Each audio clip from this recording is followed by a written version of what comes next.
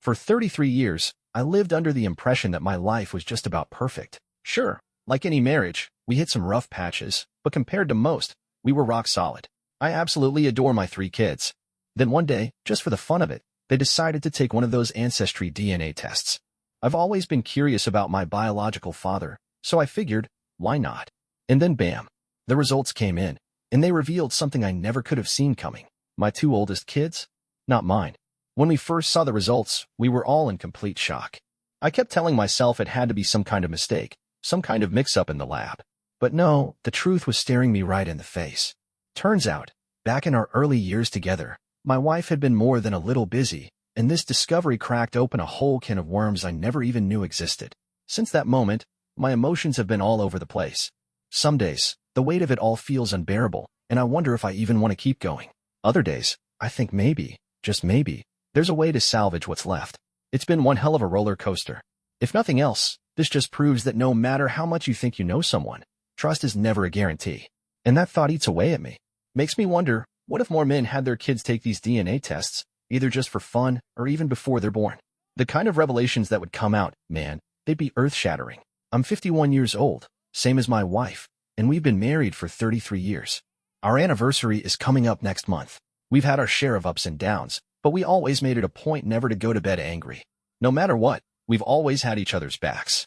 I've always been the hopeless romantic type, the guy who loves surprises and little gestures. She's never been big on sentimental stuff, but she appreciates the effort. I'm the guy who plans surprise date nights, like that couple's cooking class we did not too long ago. We had a blast. Our intimacy has never faded either. We're still going strong every weekend. Our home has always been full of love, never any major complaints on either side. After 3 decades of marriage and still keeping that spark alive, I figured we were doing better than most. But there's more to this story. A little about me: I was raised by a single mom, never knew my biological father. My mother kept that secret locked up tight and took it with her to the grave. And honestly, that always felt so unfair.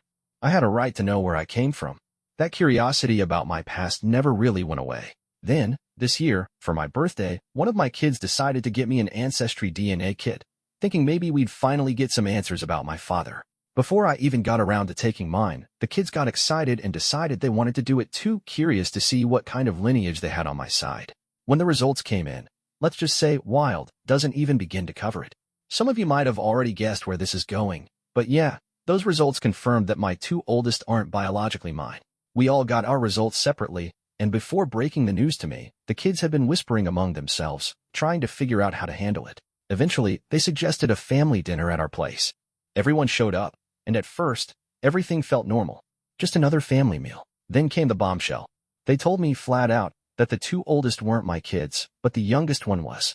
Then, as if they thought I had some kind of explanation, they asked if there was anything I needed to tell them. I just sat there, completely stunned. Absolutely not, I told them. This has to be a mistake. But then I looked at my wife, and that was it.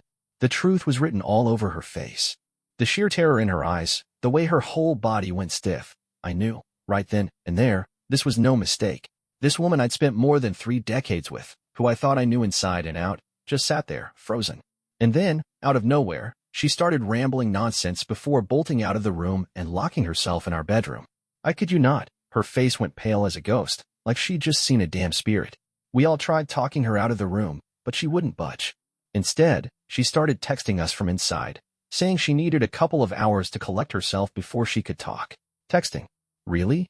Like she couldn't just open the door and face us? Those 2 hours dragged on forever. My mind was spinning, trying to make sense of what in the hell was happening. Then, finally, she came out. She looked me in the eye and asked the kids to leave, said she needed to talk to me alone. The kids, though reluctant, respected her wish but made it clear they'd be back soon if they didn't hear from us. And there I was, standing there, feeling like I'd been thrown into some twisted nightmare. Like my whole life had been a lie I never signed up for. Then she said it. I had an affair. Years ago. It was with John, you know, our neighbor. Our friend. It lasted about 4 years. Then I realized what a great husband I had. 4 years. For years she was sneaking around with this guy, and I had no clue. And because of that, those 2 kids, the ones I raised, loved, and thought were mine, aren't. For 3 decades, she never once told me. She let me go on believing a lie. She swore she eventually woke up and saw what a great husband she had. Which, let's be real, is probably just her way of saying that the guy never left his wife, so she settled for me. Then she had the nerve to grab my face, look me straight in the eye, and say, "You are my everything. I'm your girl for life. I love you with all my heart. I did a stupid, selfish thing back then. You did nothing wrong. You've been the best husband a woman could ask for. I hope we can put this in perspective, recognize the life we've built, and not let this dumb, hurtful mistake destroy us." A mistake? For years of lies, betrayal, and 2 kids from that affair. That's not a mistake. That's years of deception, planning, manipulation. The list goes on. And all this time, I believed those kids were mine. She told me she'd do anything, answer any question, leave if I asked, prove to me that I'm still her everything. She insisted that after she came to her senses, she never once considered cheating again. Oh great. That makes it all better, right? Just erase those 4 years like they never happened? Yeah, no? And the other guy?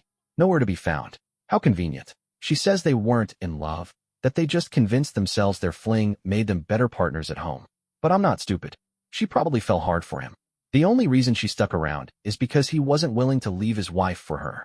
What's destroying me inside isn't just the betrayal. It's the fact that my daughters aren't really mine. They're heartbroken too. They want to know about their biological father, and that just rips my heart to shreds. They've told me over and over that I'm still their dad, that they love me, but let's be real. We all know the truth. And here's the real kicker. Until that DNA test, my wife wasn't even completely sure either.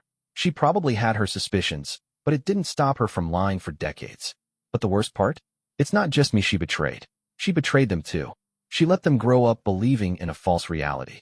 This wasn't just my loss. It was theirs too. She didn't just betray me. She betrayed our entire family. And now, I can't shake this awful thought. Was my whole adult life a lie? Was our marriage nothing more than an illusion? Is anything real anymore? The crazy part is, she was always an incredible wife and partner. I had no complaints, not even during the years she was cheating. And the other man? He passed away from cancer a few years back, so I don't even have the chance to confront him, to look him in the eye and demand answers. Hell, maybe even throw a punch. Not that it would change anything. Sure, he knew she was married, which makes him just as guilty. But let's be clear, she deserves a reckoning too. What guts me the most is that I was her first and only. Before her, the only experience I had was a clumsy fling in the back of a car when I was a teenager. With her, I thought I had something pure, something special. But now I find out she was sneaking off to be with him, seeing him regularly, making him a part of her life in a way that was supposed to be reserved for me. How the hell do you move past something like that? And here's the real kicker. Even if she's been completely faithful ever since, it doesn't change the fact that those kids aren't mine.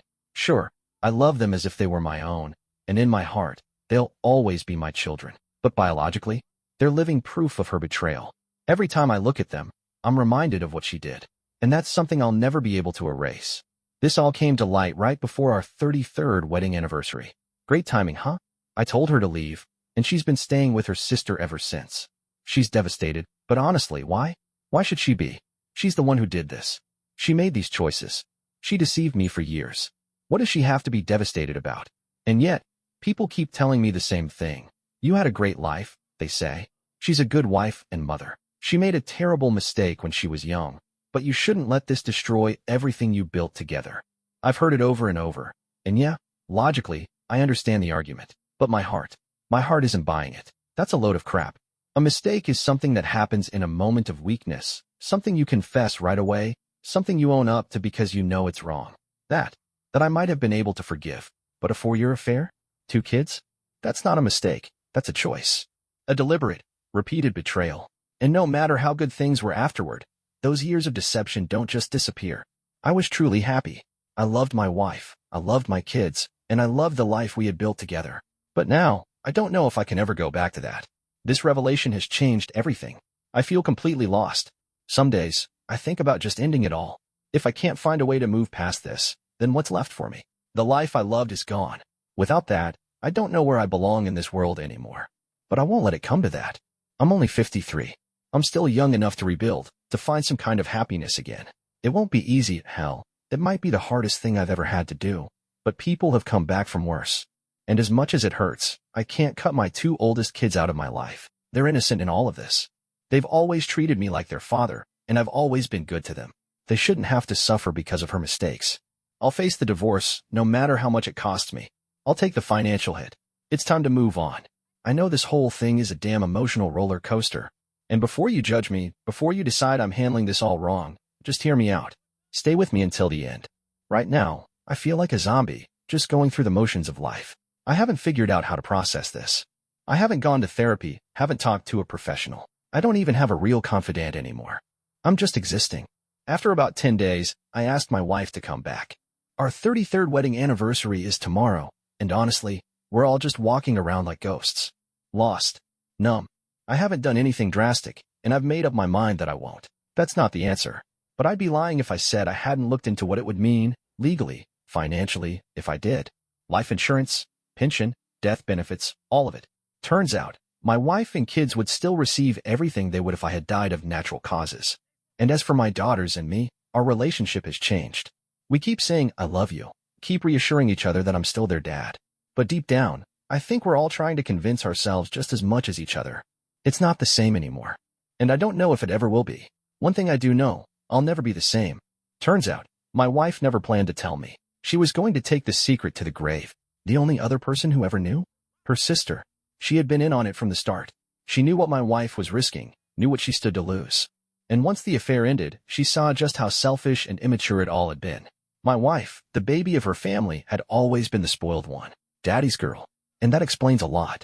You know how the youngest in the family is often the little hair raiser? Yeah, that was her. We ended up telling the other man's family. My daughters are his blood, after all, so it only felt right. At the very least, they should know for medical reasons. But let's be real, it wasn't just about that.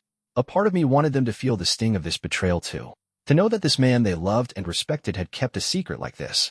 It taints his memory. Not surprisingly, his family was shocked. Welcome to the club.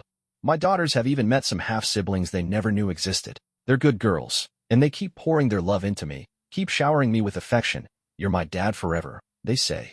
I love you, Papa. And I appreciate it. I really do. But it's not the same. It never will be. And now?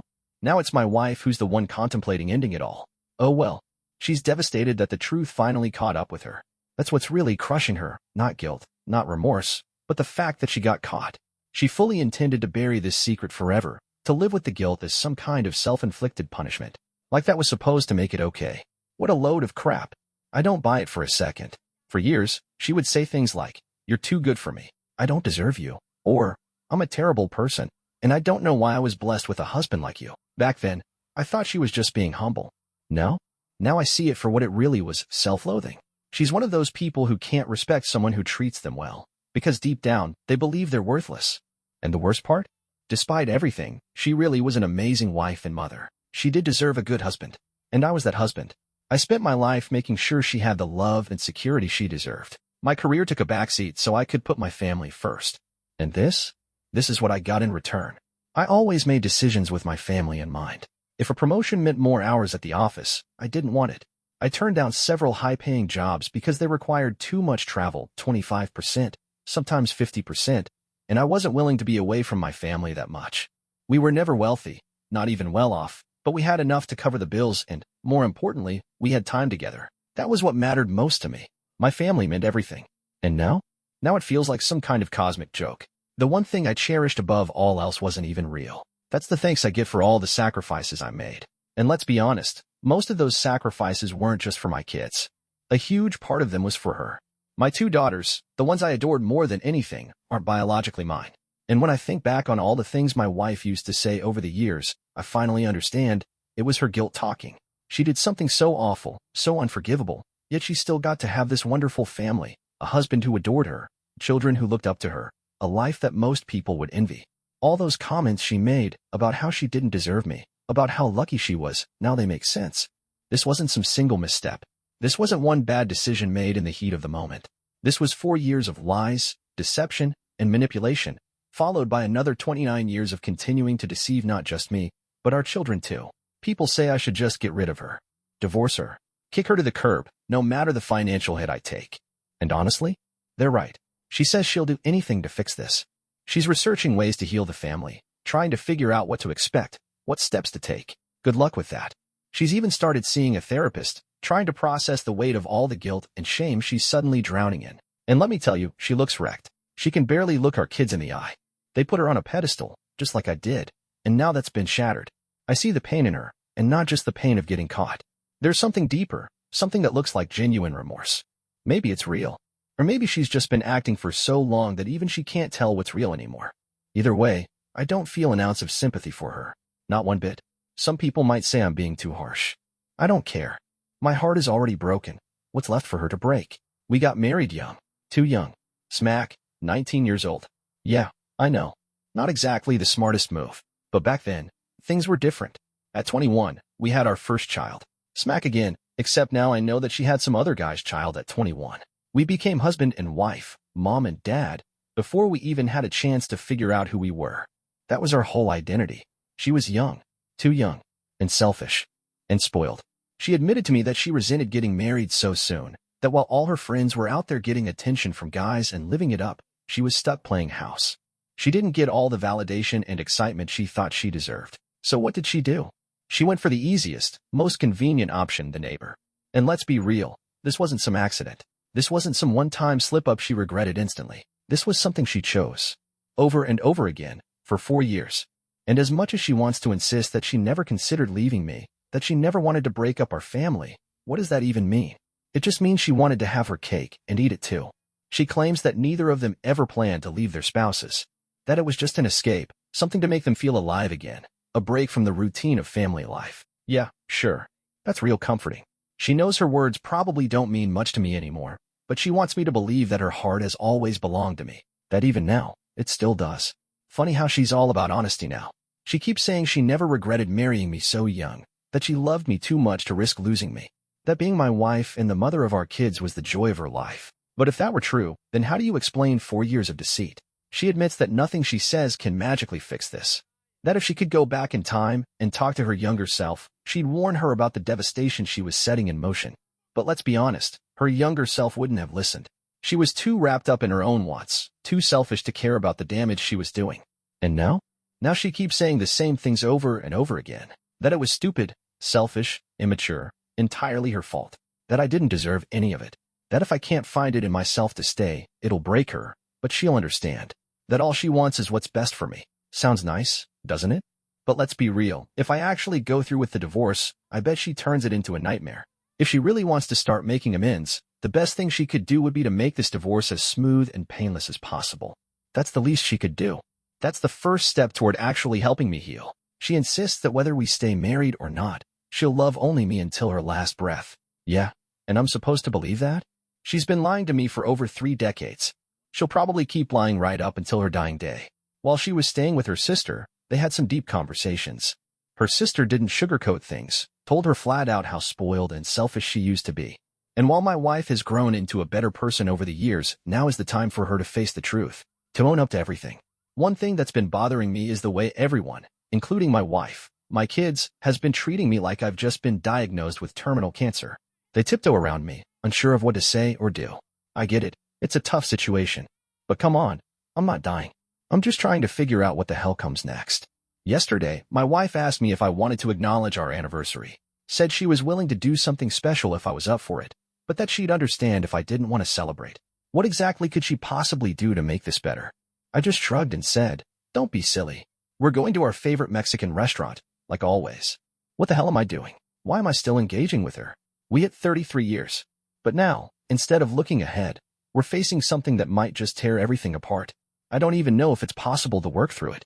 For a split second, I saw a flicker of something on her face. A tiny, fleeting smile. And then, just as quickly, it was gone. She broke down sobbing, completely losing it. She does that a lot these days. Her own sisters have even told her to cut the dramatics. But let's be real, if this was a movie, she'd be winning an Oscar for her performance. So here's where I stand. I've had time to sit with this, to let it sink in. I've gone over every little detail, every moment of our lives together, trying to see it from every possible angle. What she did was cruel, selfish, heartless. It shattered me in a way I never imagined was possible. But here's the thing, my heart will heal. Because life is full of both joy and pain. Right now, life is painful, but I know that won't last forever. Joy will come again. I've always prided myself on being a strong person. I've had my time to grieve, to turn this thing over from every angle, to analyze every detail until I couldn't anymore. And now, I know my course of action. I won't waver. Tomorrow night, before dinner, I'm going to sit my wife down and tell her exactly how I feel. I'm going to tell her that she has been a wonderful wife to me and a loving mother to our children. That, despite everything, I couldn't have asked for a better partner to share life's highs and endure its lows. That, through all of it, she's always been there. I'm going to tell her that since the day we met at our after-school job in that little retail store when we were just 17, my heart has belonged to her and only her. I've loved her every day since. And even now, despite everything, I still love her. Tomorrow night, I'm going to tell my wife that I forgive her, that I see the past for what it is, but I also see the person she has been since then, that she has been the finest wife and mother a man could ask for. We'll cry, we'll hug, we'll comfort each other, and then we'll go to dinner, maybe catch a movie, A Star is Born just came out, and have a nice anniversary together. At least, that's what I thought I was going to do. Wait a second. I can't let this go. I can't pretend this didn't happen. I think I've lost my damn mind, and I have no one to talk to about it. We've been trying to push forward, to put this behind us. And yet, last Saturday, for no reason at all, I found myself driving past a Chevy dealership. Before I knew it, I had pulled in, and an hour later, I was driving off the lot in a brand new 2018 Camaro ZL1. I've always wanted a badass car. Never had one before. Always drove practical, reliable vehicles. And now? Now I've swapped out the family sedan for something loud, fast, and completely impractical. My wife was happy for me. At least, she acted like she was, but deep down, even I knew this wasn't just about the car. This was something else. A signal that there was a lot more going on inside me than I was fully admitting. But that's not the real news. This morning, I was sitting in yet another meeting at work. The VP of Financial Operations was doing what he always does, piling extra work on my department, droning on with the same nonsense I've heard 1,000 times before.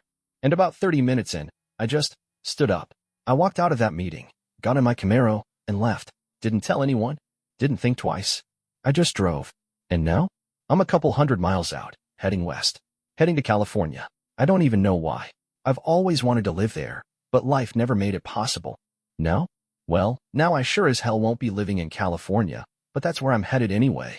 No offense to anyone from there, but I think a lot of you understand why I've never wanted to move there. And here's the thing. I haven't officially left my wife. Smack. I don't even know what I'm doing. All I know is that I love this car. And I'm going to California. I hate my job. I'm not going back to it. And as for my wife, maybe I'll send for her. Maybe I won't. Right now, I have no idea what comes next.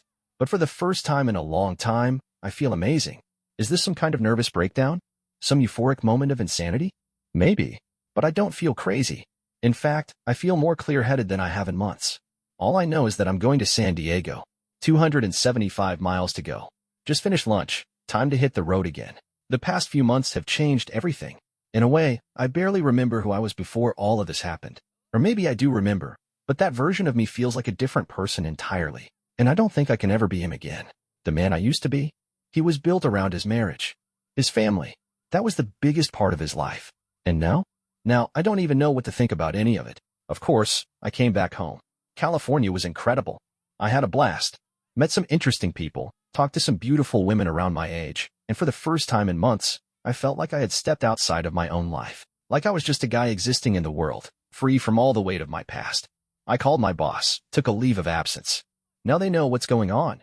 I hate that, but at least with them knowing, they've been more understanding, more willing to give me space. And yeah, I still have the Camaro. It's sitting outside my office right now. I love that car. And I drive it way too fast everywhere I go. But here's something else I've realized. I hate my career. I used to think I loved it. But now, I see that what I really loved was the life it provided for my wife and her family. And now, that life doesn't mean much to me anymore. When you strip it all away, you start seeing things differently. I don't want to work for someone else anymore. I'm planning my exit strategy. Financially, I'm in a good spot. I've got a solid retirement account, and even if I have to split it in a divorce, I'll still be fine.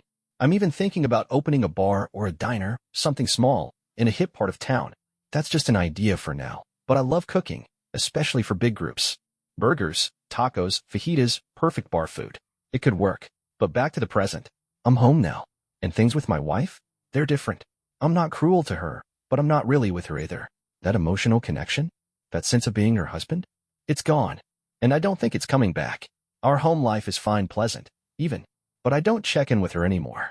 I do what I want, when I want. She still tries to keep me updated on where she's going, what she's doing, but I've told her it's unnecessary. She's walking on eggshells, overly considerate, clearly ashamed. I think she realizes how much I respected her before all of this. And how, now, that respect is gone. And without it, The best part of my life, our marriage, is gone too. Everyone has advice for me. Go to counseling. Don't throw away a good marriage over something that happened so long ago. Don't let a past mistake destroy what you have. But here's the thing, she's the one who destroyed this, not me. And I'll never forget that. The sooner I walk away, the sooner I can start to heal. Everyone seems to have an opinion on what I should do, how I should heal, what my next step should be. Honestly, I don't care. People say things are fine at the house, but that's not true. I've moved into the finished basement. I live more or less on my own. My wife doesn't pressure me, doesn't demand anything. She's probably just grateful I'm still here at all. She probably thinks that as long as I haven't filed for divorce, there's still a chance. But I don't have the answers right now. And that doesn't bother me. I'm not rushing. I'm living for me now. No one will influence my decisions but me. Most guys wouldn't handle this the way I have. But I don't care. As for my daughters, our relationship is still strong. That hasn't changed. They'll always be my kids. I even joke with them, told them I used to count on one of them to give me a kidney if I ever needed one. Now, guess my son's the only one who can help me out there. I'd love to say nothing between us has changed, but that would be a lie. It's different now. It'll always be different, but we'll figure it out. And that's where I am. It's Friday afternoon, 3:30. I'm taking the weekend off. Should the department head leave this early? Probably not. Do I care? Not at all. Oh, and I wear jeans and Skechers to work now. Used to be a suit anti-guy. Not anymore. Do I care what anyone thinks? Not in the least. I feel better these days. Just different.